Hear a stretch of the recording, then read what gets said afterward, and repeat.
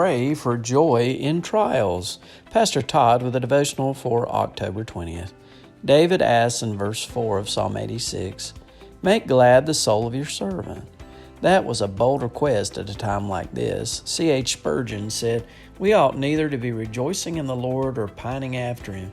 Ask God to make you miserable unless His conscious presence makes you happy." Scott Larson shared a personal encounter. Annette and her husband were missionaries in Western Europe when she began to have pain in her back. When the pain became so unbearable, she could no longer function even with muscle relaxants. X-rays revealed a tumor the size of a grapefruit that attached itself to her spinal cord.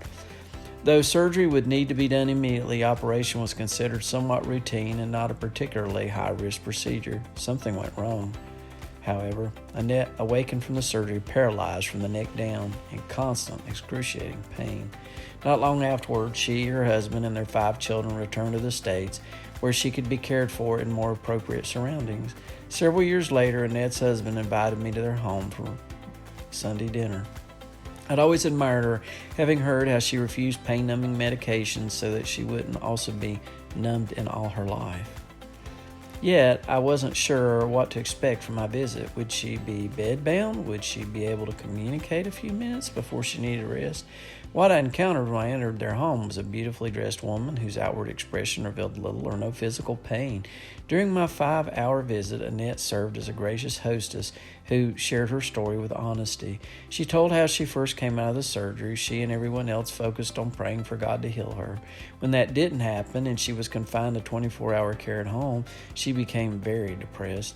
Most people stopped connecting with her. Their lives moved on without Annette's coming to a halt. Bible, college, and missionary training had not equipped her to deal with a life tied to a wheelchair and filled with constant pain. She writes, I felt that I was left with 3 choices: to kill myself and end the unbearable suffering, to abandon my faith in God and merely exist on painkillers, or to put my energies to discovering God in the midst of all this suffering. Annette's face beamed. I chose the third, and I began slowly reading the Bible again through the lens of pain and suffering. What I saw was a God who was familiar with both. I thought my pain and suffering had taken me to a place where God could never be found. Instead, it was a place where He became more real to me than I had ever known.